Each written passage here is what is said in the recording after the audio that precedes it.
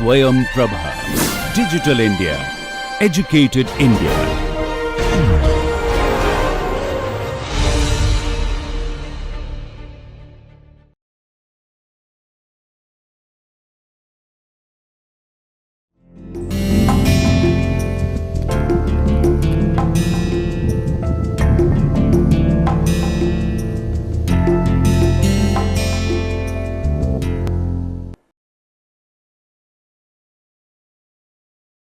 Good morning, dear students.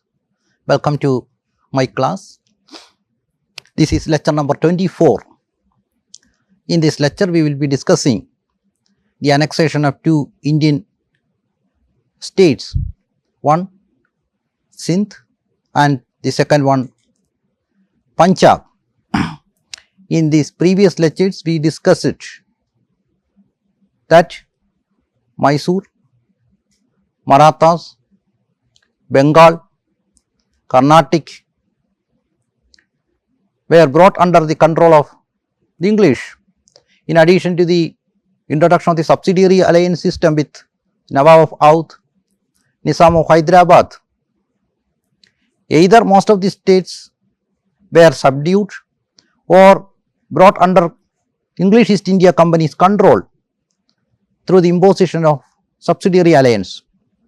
But Punjab and Sindh remained outside this company's control, either direct or through the process of subsidiary alliance. Now, these two important Indian states were to brought under British control, and 1840s witnessed the bringing of these two important states of Sindh, northwest frontier area, and Punjab. These two states were brought under British control in quick succession. Let us see how the British brought Sindh and Punjab under British control. First of all, let us start with Sindh. How did the British annex Sindh to the mighty British Empire? The English East India Company's relations with Sindh commenced from 1775. In 1775, the English East India Company founded an English factory at Tatta in Sindh. However, this English factory was created in 1775. It was closed down. The English factory at Tatta in Sindh was closed down in 1792. Why did the British close this factory at Sindh? It was because of the imposition of tax on the goods purchased by the East India Company, as well as political unrest.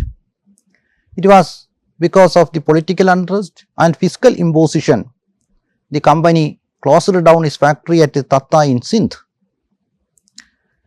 But because of French fear,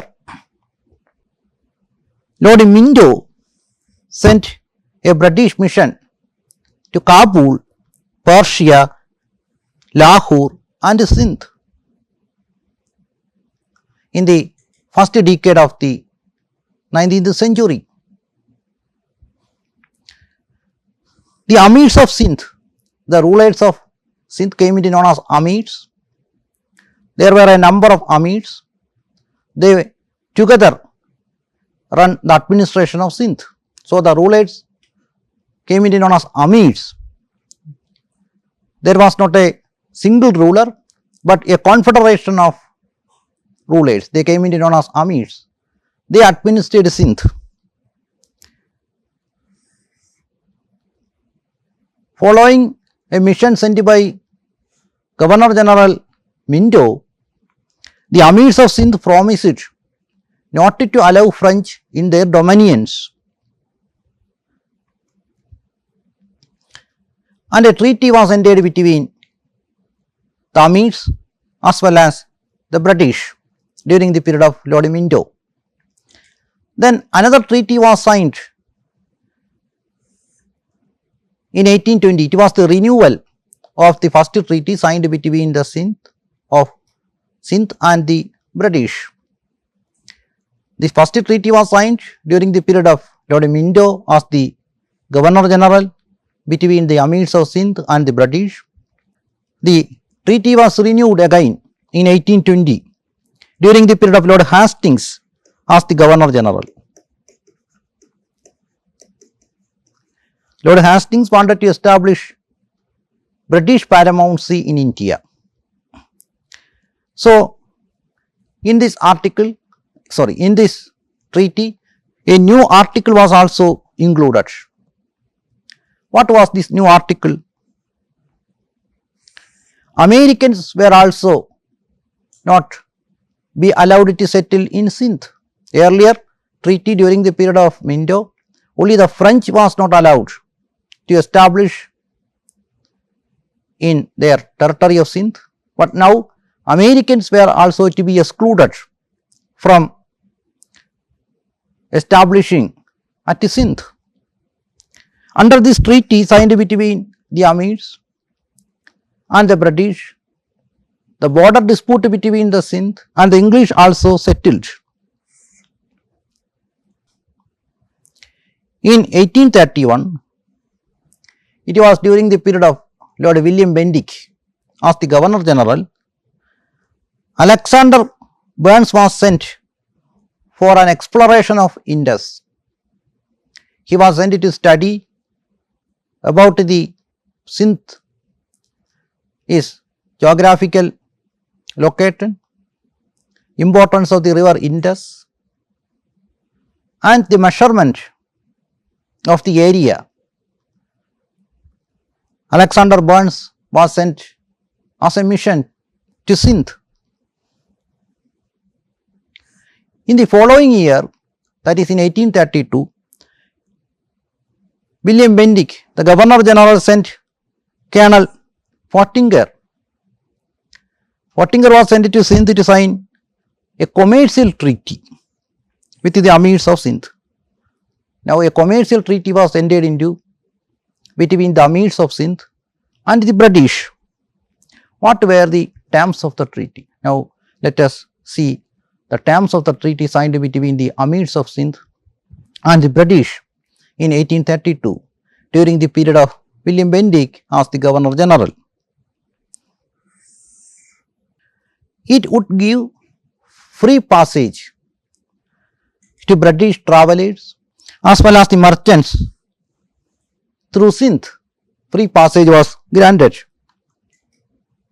Then the use of the river Indus for commercial purposes, for navigating the British goods through river Indus was also granted.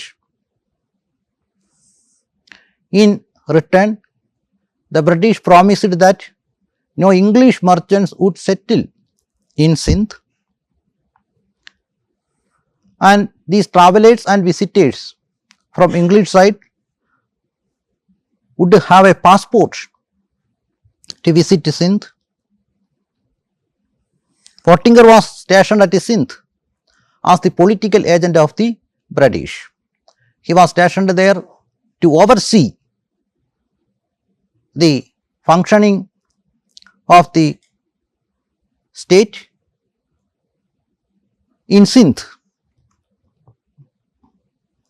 In 1838, another treaty was ended between the Amirs of Sindh as well as the British.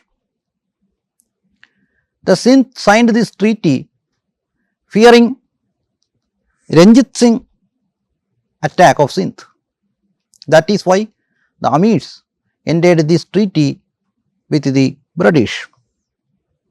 Under this treaty of 1838, signed between the British and the Amirs of Sindh, the Sindh accepted company's mediation in their dispute with the Sikh.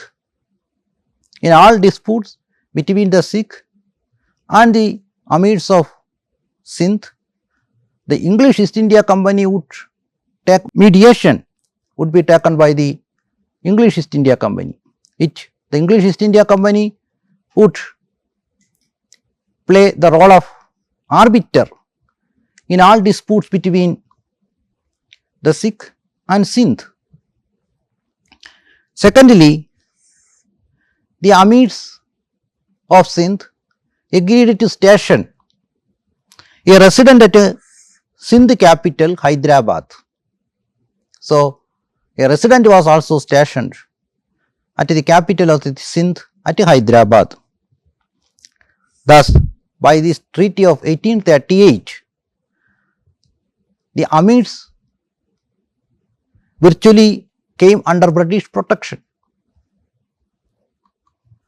Why did the British turn their attention to Sindh and wanted to occupy Sindh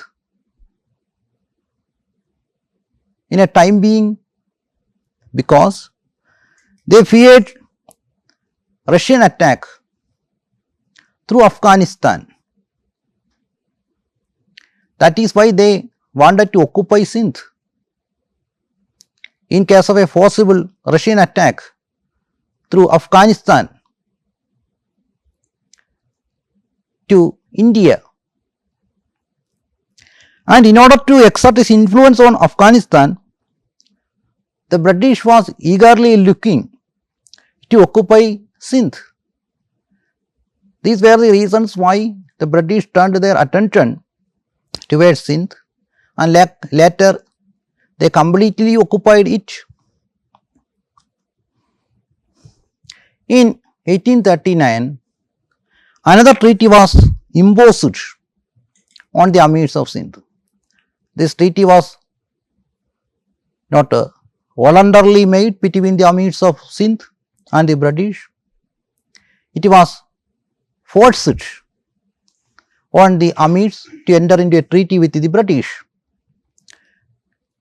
Now, look at the terms of the treaty signed between the Amirs of Sindh and the British in 1839. Under this treaty, the Amirs accepted subsidiary alliance. Now, look at this. Without any war or any threat from a third party, the Amirs was forced to accept subsidiary alliance. Under the subsidiary alliance, British force would be stationed at Sindh in two places, Shikarpur and Bukkar. In these two places, British force would be stationed. In addition to that, these Amirs was required to pay 3 lakh rupees annually to the British for the maintenance of the troops of the company in Shikarpur and Bukkar. In addition to that, under this treaty, the Amirs of Sindh were forbidden from engaging with the negotiations with any foreign power without the knowledge and permission of the English East India Company. Thus, the foreign affairs of the Sindh brought under the control of the English East India Company with this provision. And under this treaty, the Amirs of Sindh was also required to provide a storeroom at Karachi for military supplies of the British. Then, to abolish all tolls on the British goods at Indus, at the mouth of the river Indus. Now, through this treaty, the commercial interests of the British protected. They were exempted from the payment of tax in Sindh. And the Amirs of Sindh were also required to provide military assistance in case of war with the Afghan. And under this treaty, the Sindh lost most of its independent power. The subsidiary alliance was forced annual payment was required to be paid, and the duties on the British goods were exempted. In 1842, Lord Ellenborough became the next Governor General of India. He was more aggressive than Auckland, and he decided to annex Sindh to the British. So, with this aim in mind, in 1842, on becoming the Governor General of India, Lord Ellenborough sent Charles Napier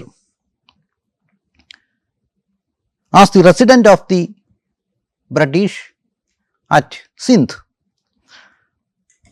Earlier, Major Outram had served as the British resident at Sindh. Now, Major Outram was replaced by Charles Napier as the new British resident at Sindh. Charles Napier was given full civil and military authority in Sindh, after which Charles Napier was sent to Sindh. Once he arrived at Sindh, within a short span of time, he made allegations against the Amirs of Sindh. What allegations did Charles Napier make against the Amirs of Sindh? One of the Amirs, Rustam of Hairpur,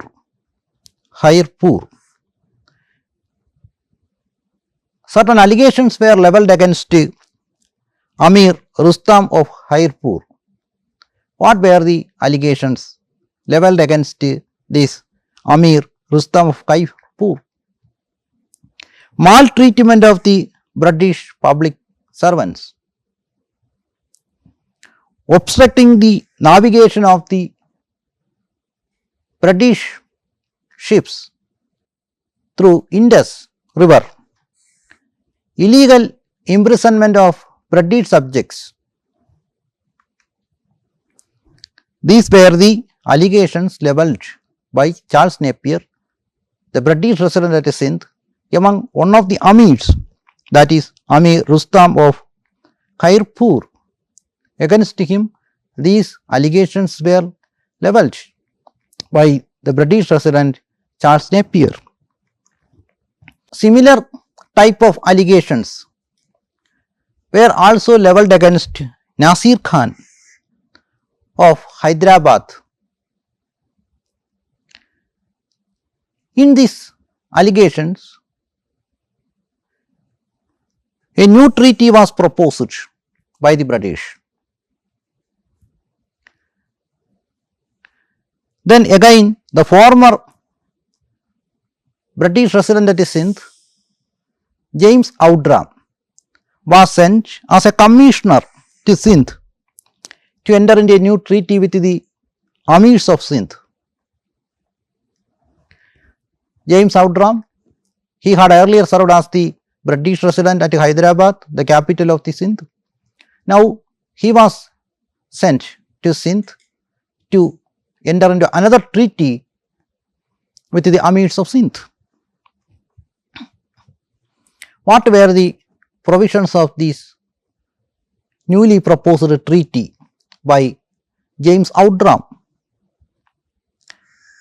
The Amirs were required to cede important territories to the British, to provide fuel to the steamers of the British navigating the river Indus, and surrender the right of coining of money. The British would mint coins and the Amirs would lose the power of minting the coins.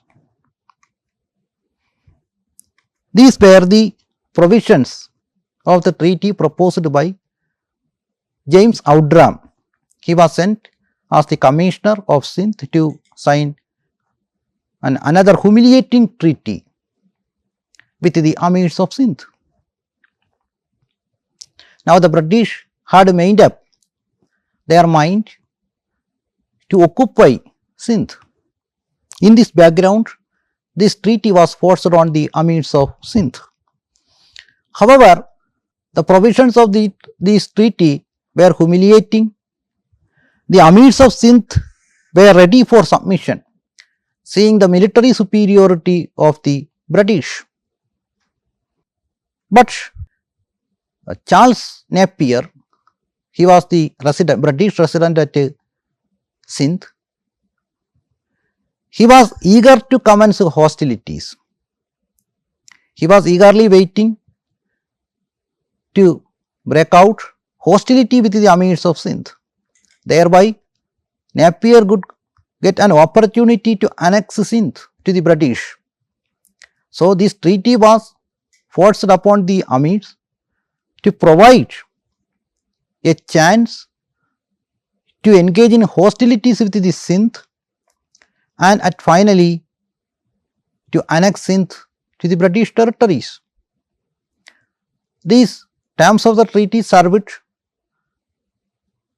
to provide an opportunity to the British to attack Sindh.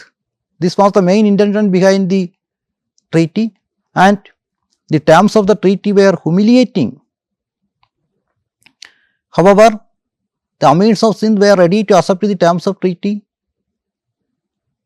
Hostilities broke out, which the British had been waiting for. The aggression of Napier. It was the aggressive policies of Charles Napier which resulted war between the Amirs of Sindh and the British. In this war between the Amirs of Sindh and the British, the latter was able to completely defeat the Sindh. The British captured Sindh by April 1843 because of the military superiority of the British and the immense riches from other parts of India, especially from Bengal. The British was able to defeat the Amirs of Sindh. All these Amirs were captured and they were banished from Sindh. Thus, following which the Sindh was annexed to the British in 1843. Now, we are going to see how the British annexed Punjab to the British Empire. The first alliance between the British and the Punjab took place during the period of Maharaja Ranjit Singh. He was a very powerful ruler, and during this, the first treaty signed between Maharaja Ranjit Singh and the British was the Treaty of Amritsar. It was signed in 1809 between Maharaja Ranjit Singh and the British during the period of Lord Minto as the Governor General. After the signing of the Treaty of Amritsar in 1809, from the signing of the treaty in 1809 to 1839 till the death of Maharaja Ranjit Singh, there was no tension between the Punjab and the British during this period spanning between 1809 and 1839. In 1809, the Treaty of Amritsar was signed. In 1839, Maharaja Ranjit Singh passed away. There was no tension during this period. But during the period of Ranjit Singh, under the Treaty of Amritsar, Ranjit Singh was required not to extend his territory beyond river Satluj. The British also did not enter the dominions of Maharaja Ranjit Singh. Maharaja Ranjit Singh on his part also did not enter into the dominions of British, because he was well aware of the military superiority of the British.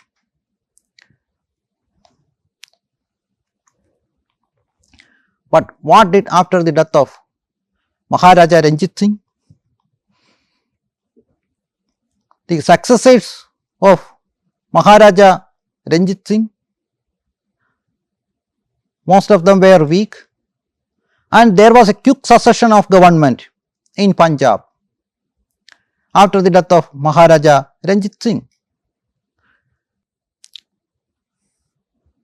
After the death of Maharaja Ranjit Singh, Karak Singh, he was the eldest son of Maharaja Ranjit Singh, was designated as the Maharaja by Ranjit Singh himself during his lifetime. And Karak Singh was to become the Maharaja of Punjab. And Ranjit Singh during his lifetime assigned the protection of his son Karak Singh to Dhyan Singh. But after the death of Maharaja Ranjit Singh, what Dhyan Singh did do? Dhyan Singh, he had promised to protect his son, the son of Maharaja Ranjit Singh, Karak Singh. But Dhyan Singh, instead of which, put Karak Singh in prison. And after putting Karak Singh in prison, Dhyan Singh declared Naunihal Singh, the son of Karak Singh, as the Maharaja of Punjab. Dhyan Singh became the Nasir or chief minister. He was the next important official after the Maharaja. However, Naunihal Singh was the Maharaja. The actual power was vested with the hands of Dhyan Singh. He became the de facto ruler. Actual power vested with him. Karak Singh, the son of Maharaja Ranjit Singh, was in prison. The son of Karak Singh, Naunihal Singh, became the ruler of Punjab. However, the actual power was vested with Dhyan Singh. While in prison, Karak Singh, the eldest son of Maharaja Ranjit Singh, died on 5 November 1840. Naunihal Singh, he was the son of Karak Singh, and Naunihal Singh, he became the Maharaja of Punjab after the death of Maharaja Ranjit Singh. He also did not rule long. He died on the very next day of the death of his father, Karak Singh. Naunihal Singh, the son of Karak Singh, died on 6 November 1840. Karak Singh died in prison on 5 1840. So, the very next day, his son, Karak Singh's son, Naunihal Singh, died. Then, who would come into power? Chand Kaur was the mother of Naunihal Singh, took the supremacy of the state in her hands. But the assumption of power by Chand Kaur was disputed by Sher Singh. He was the son of Maharaja Ranjit Singh's first wife. Sher Singh was relatively a healthy administrator, and he, with the help of Dhyan Singh, Dhyan Singh was the Wazir or the chief minister. With the help of the Dhyan Singh, Sher Singh became the Maharaja of Punjab. But the Sandavalia chiefs helped Chand Kaur to come into power in or to assume power in Punjab. But on November 1840, Sher Singh was installed as the Maharaja. Against this dispute, Sher Singh, with the help of Dhyan Singh, the Wazir, became the Maharaja of Punjab. But just after 23 days, Sher Singh was dislodged by Chand Kaur with the help of Sandavalia chiefs. With the help of Sandavalia, Chand Kaur was able to dislodge Sher Singh. He was one of the sons of Maharaja Ranjit Singh in his first wife. On 2nd December 1840, with the help of Sandavalias, Chand Kaur took over the sovereignty of Punjab. But in the continued struggle, Chand Kaur was removed and Sher Singh proclaimed himself as the Maharaja. For Chand Kaur, she took the sovereignty of Punjab and declared the Empress of Punjab, the Empress. But on 18 January 1841, Chand Kaur was removed by Sher Singh, and Sher Singh now again became for the second time the Maharaja of Punjab. And Chand Kaur was forced to surrender all the privileges to Sher Singh, and in return Chand Kaur received a jahir of 9 lakh rupees per annum. Sher Singh, he served as the Maharaja of Punjab from January 20, 1841 to 15 September 1843. He nominated Dhyan Singh, who had helped Sher Singh to come into power as the Maharaja. So in return, Dhyan Singh was appointed as the Wazir or the Chief Minister of Punjab. In November 1842, Ajit Singh was appointed as the commander of the armed forces of the Sikh. He was a pro-British. He wanted to maintain friendly relations with the British, and this Ajit Singh became the commander-in-chief of the Sikh forces in 1842. In 1843, that is on September 15, 1843, he and his uncle Lekhina Singh assassinated Dhyan Singh, Sher Singh and his son Pratap Singh, for the armed force commander became disorder and did not maintain loyalty to the Maharaja. The commander-in-chief of the armed forces killed both the Maharaja as well as the chief minister. This group had interest to rule Punjab.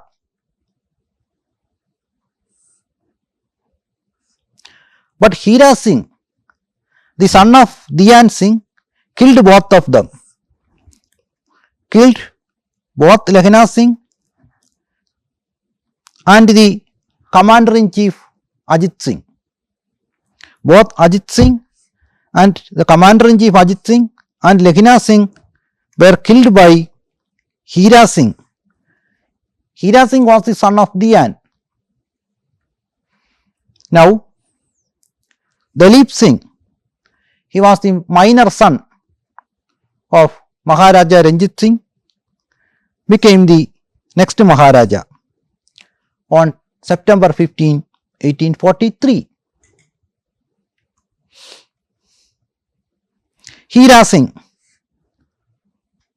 who killed the Commander-in-Chief Ajit Singh and his uncle, he was appointed as the Wazir. Hira Singh was also fell victim to the court intrigues. Hira Singh died on 21st December 1844, and in September 1845, the new Wazir Javagar Singh was also killed. In 1845, Lal Singh became the next Chief Minister or Wazir of Punjab. Tej Singh was the new commander of the forces. In 1845, Lal Singh was the Wazir or Chief Minister of Punjab, and Tej Singh was the Commander-in-Chief of the Armed Forces. The British was closely monitoring the quick change of government in Punjab. Intrigues and counter-intrigues in the court of Maharaja, corruption among the officials, indiscipline in the army. The Commander-in-Chief of the force went to the extent of killing both the Maharaja as well as the Wazir. So there existed indiscipline in the army. The British found the Wazir Lal Singh and the Commander-in-Chief of the Armed Forces at Punjab, Tej Singh, as an important allies. The British thought that by making alliance with Lal Singh, the Wazir or the Chief Minister of Punjab, and Tej Singh, he was the Commander-in-Chief of the Armed Forces of the Punjab. British thought that it was through them the British could establish supremacy in Punjab. It was in this background the first Anglo-Sikh war broke out. What were the reasons behind the outbreak of the first Anglo-Sikh war? Shall we start with the reasons behind the outbreak of the first Anglo-Sikh war? The English forces under Howe marched towards Firozpur, the territory of the Sikh. The English marched through the territory of the Sikh towards Firozpur. The Sikh considered it as an encroachment upon the territories possessed by the Sikh. It provided the immediate background for the Sikh-Anglo conflict. On 13 December 1845, the British pronounced war on the Sikh. There were 4 battles between the Sikh forces and the British forces in the first round of struggle between them. The march of the British forces through the territories possessed by the Sikh, and in retaliation the Sikh transgressed the territories of the British, leading to the first round of struggle between the British and the Sikh forces. They fought 4 battles from 18 December 1845 to 10th February 1846. The Sikh armed forces occupied Firozpur, and the Sikh forces were able to overcome the British forces. But Tej Singh, he was the Commander-in-Chief of the Sikh forces. He was an ally of the British. He had earlier made secret alliances with the British. It helped the British to defeat the Sikh forces, because the Sikh commander of the Punjab forces had already made secret alliances with the British. They met at combat zones at Mutki on 18 December 1845, at Firozshah on 21st December 1845. That Singh, he played the role of traitor, and because of the secret alliance with the commander-in-chief That Singh, British was able to defeat the Sikh. That Singh, the commander-in-chief of the Sikh forces, left the battle scene with 5,000 Sikh warriors at Mutki. He also instructed the Sikh forces to leave the war. Exactly when the Sikh forces was about to achieve a victory over the British forces.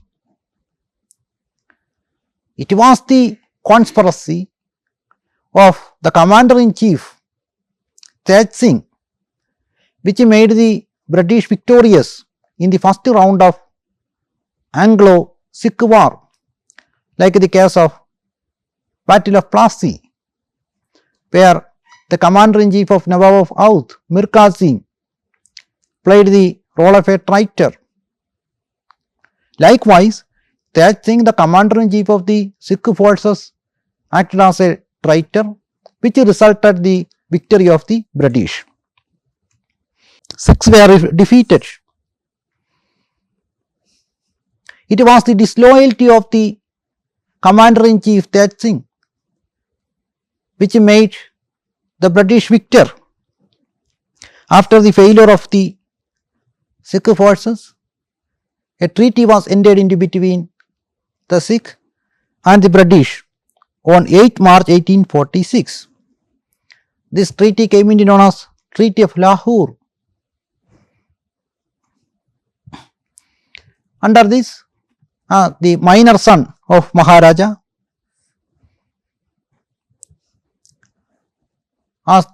he was the minor son of Maharaja Ranjit Singh. He was made the Maharaja of Punjab. That Singh, he had played the role of a traitor and conspired with the British. He was made the minister, and both the minister as well as the commander-in-chief of the armed forces. This That Singh, who had helped the British in the first Anglo-Sikh war as the commander-in-chief of the Sikh forces, in return the British made That Singh as the minister as well as the commander-in-chief of the Sikh forces. British annexed Jalandhar Doab and handed over Jammu and Kashmir to Gulab Singh for 5 million rupees. These 5 million rupees was paid to the British. The Sikh forces were also required to reduce the strength of their army. The army was reduced to 20,000 infantry, 12,000 cavalry, and the British force would station at Lahore, the capital of Punjab. That a subsidiary alliance was imposed on Punjab. These British forces would be stationed at the capital of the Punjab at Lahore, and the expenses for the maintenance of these troops was to be paid by the Punjab government, that is a Sikh government. Another treaty was also entered into between the Sikh and the British on 16 December 1846. Under this treaty, a British resident to be stationed at the the capital of the Punjab, Lahore, and he was given more powers.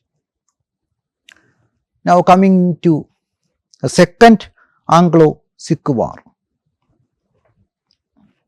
Mulraj, he was the governor of Multan.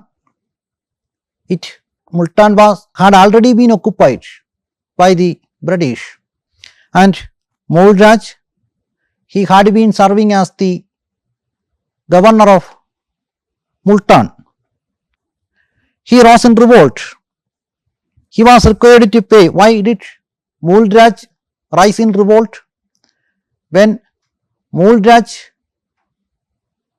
was required to pay 20 lakh rupees to the British. Multan had already been under British control, and Mulraj was appointed as the governor. Mulraj was required to provide 20 lakh rupees to the British, and he was required to surrender all areas north of Ravi up to Lahore. It was also decided to raise the revenue of Multan by 1/3 by 3 years, and these were the requirements made by the British on Mulraj, the governor of Multan.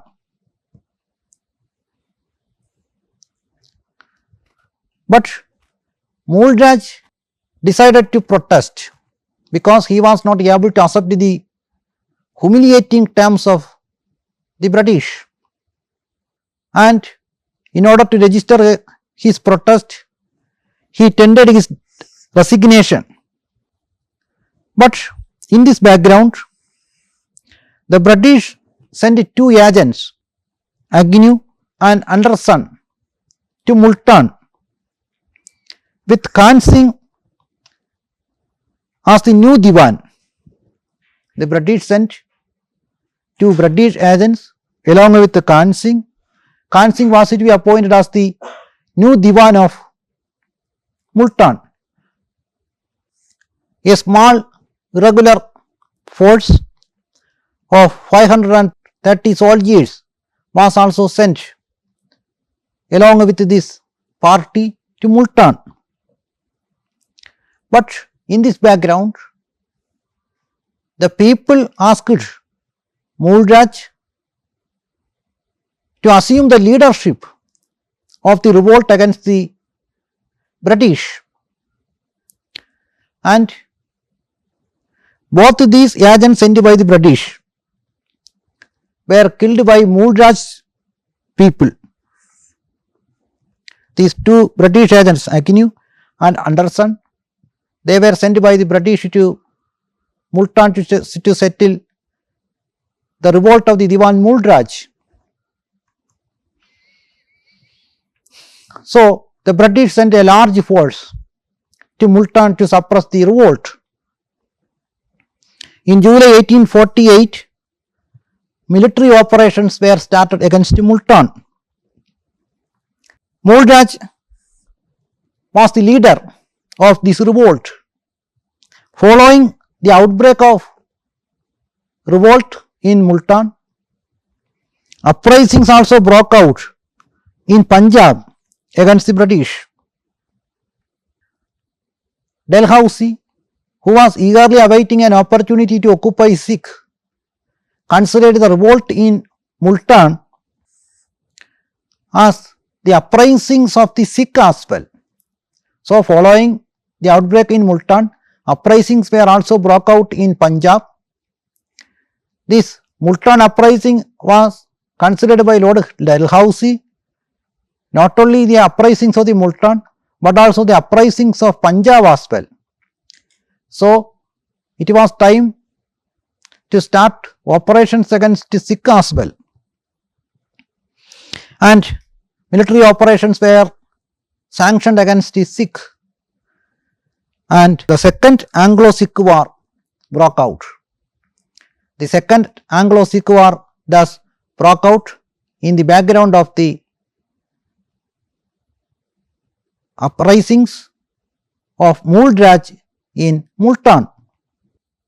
On 18 August 1848, Major General Wish marched with 7,000 men and stayed near Multan fort.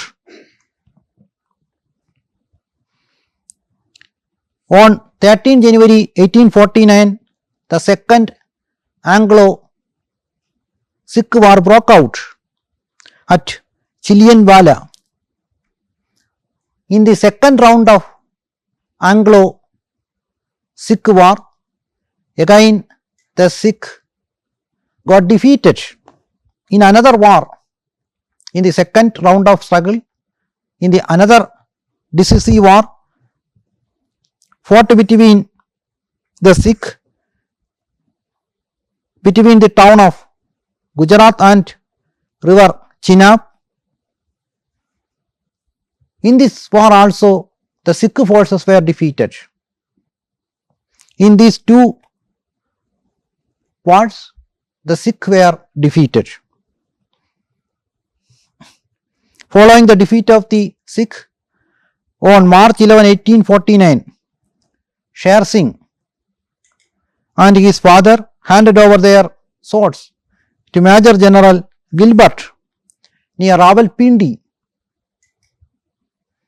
So, after this failure of the Sikhs, in the second round of Anglo-Sikh war, the British decided to annex Sikh to the mighty British Empire.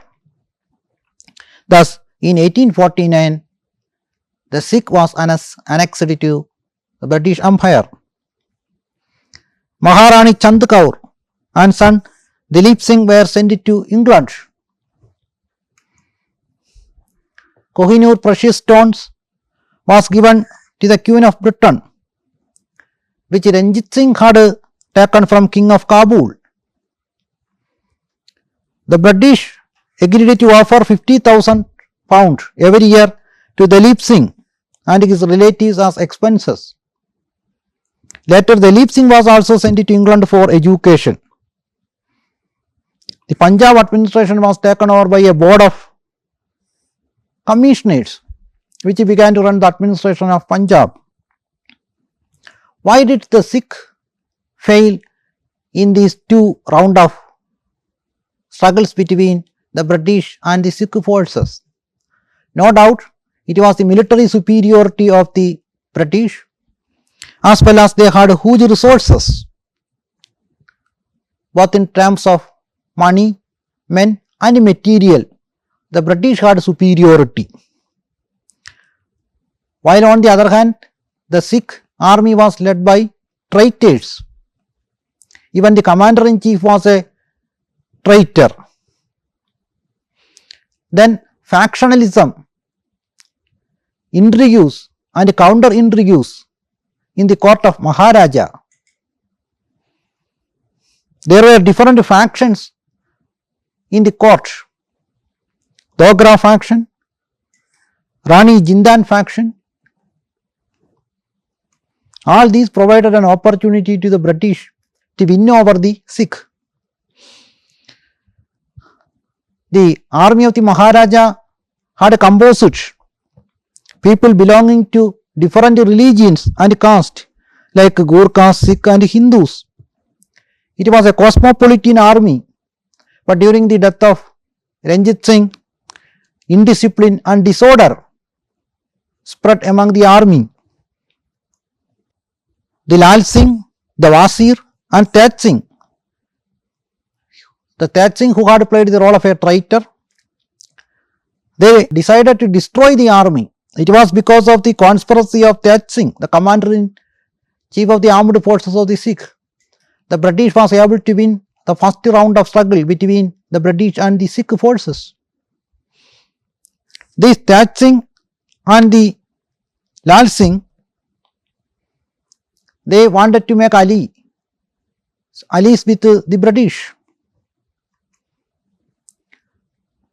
and thus both Sindh and Punjab now brought under the British control through a series of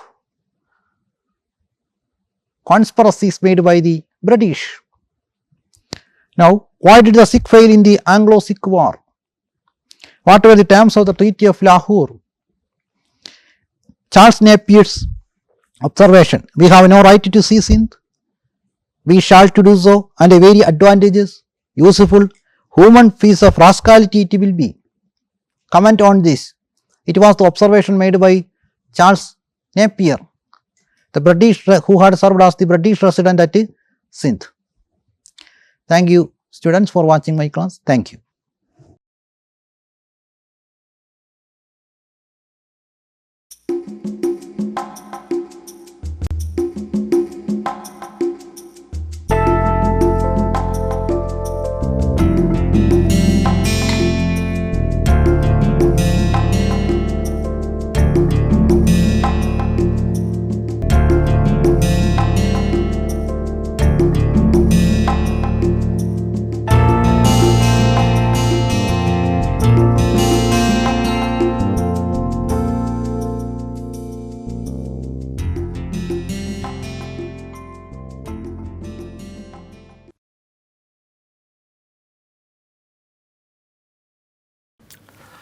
Hello and welcome to this piece of literary snippet.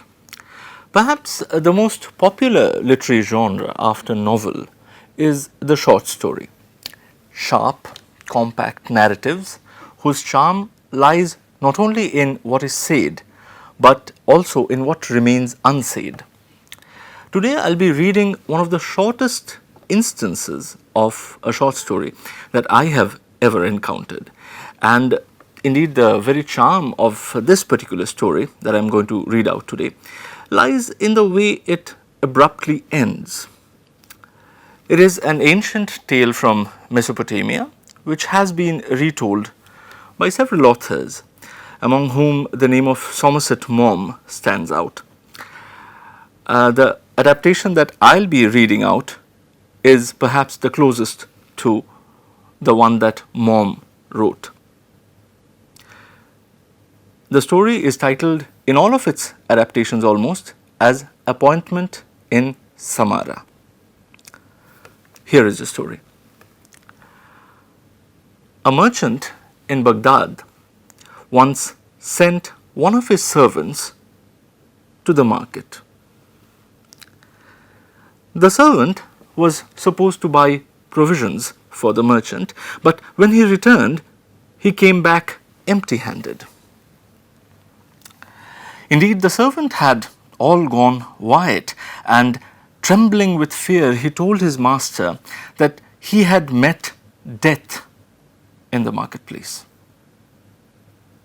When I entered the market, the servant said to his master, I was jostled by a woman, and when I turned to look at her, I saw that she was death. I am very scared, master, because death looked at me with a threatening gesture. Can you please lend me your horse so that I can fly away from Baghdad to the town of Samarra and thereby escape death? The master, being a good man, gave his servant his best horse and saw him gallop off to Samarra to escape death. Then the master himself went to the marketplace and confronted death. Why did you make a threatening gesture to my servant? Asked the master to death. And death replied, it was not a threatening gesture. Rather, it was a start of surprise. I was astonished to see your servant here today, because this evening I have an appointment with him in Samarra. See you in the next episode of Literary Snippet.